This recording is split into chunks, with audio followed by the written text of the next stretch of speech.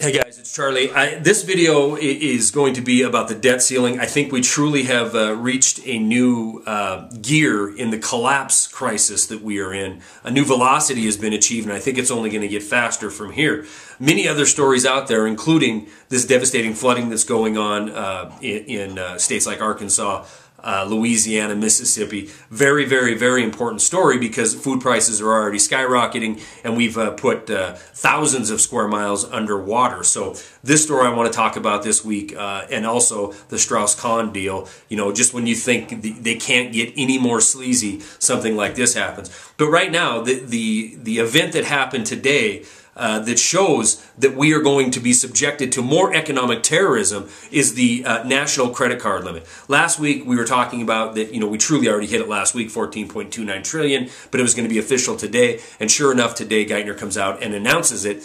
And the mainstream business media, the mainstream propagandists, immediately, all of them started regurgitating the same story, which was after Geithner issued, by my count, fifth letter to Congress demanding that they raise the credit card limit. He issued a statement saying he's going to have to suspend investments in 2 pension funds and literally start borrowing from another one. But in his statement, later on down there, he said, hey, don't worry about it though, because as soon as you raise the credit card limit, I'll put that money back. You know, we just can't lose full faith and credit in the U.S. government. So we got to borrow money from the people who make the U.S. government work. You know, the drones that are going to work every day, they're the ones that are they're gonna be tapped into.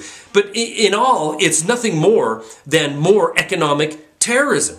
You know, we are trillions of dollars in debt, bailing out the too big to fail. How many billions of dollars were handed back to them in subsidies to oil companies, in tax breaks when the new wave election came in 2010? They didn't have to pay any more taxes. They're not paying any more, even though you're paying more at the pump because of the hidden tax of inflation. They're living high off the hog, reaping record bonuses and record profits. We're sitting back here having to live in this economy.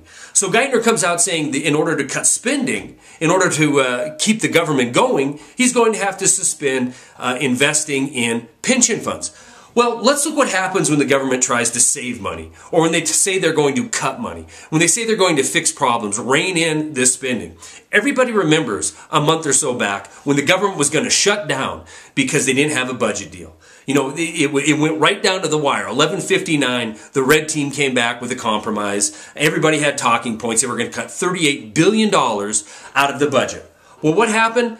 5 days later, we found out that $38 billion was more like $300 million. And today, Yahoo put out a story showing that it isn't even $300 million. It's actually an increase of $3 billion. The reason is because we have an additional $7.5 billion spending in the military. And when you compare that to the $4.4 billion in saving from the cuts, we end up with a net gain in spending in the short term of $3.1 billion. You see, they're never going to go after the too big to fail, okay? They're running the show. They're never going to go after the military-industrial complex. This is why we have perpetual wars, the longest one in the history of this nation, and we're trying to pick fights around the world in order to keep the profits up there.